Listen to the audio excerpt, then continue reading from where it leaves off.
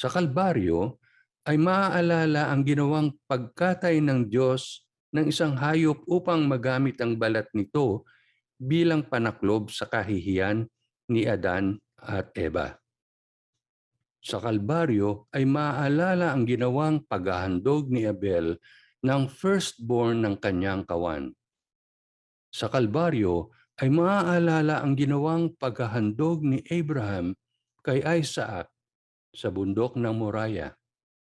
Sa Kalbaryo ay maaalala ang ginawang paghahanda ng Passover lamb bago nilisan ng bayan ng Diyos ang Egypt.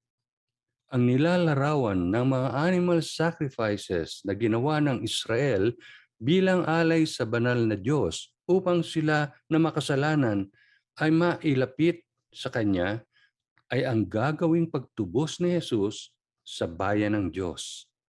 Ikaw lang ang aking kailangan, ikaw ang paglilingkuran.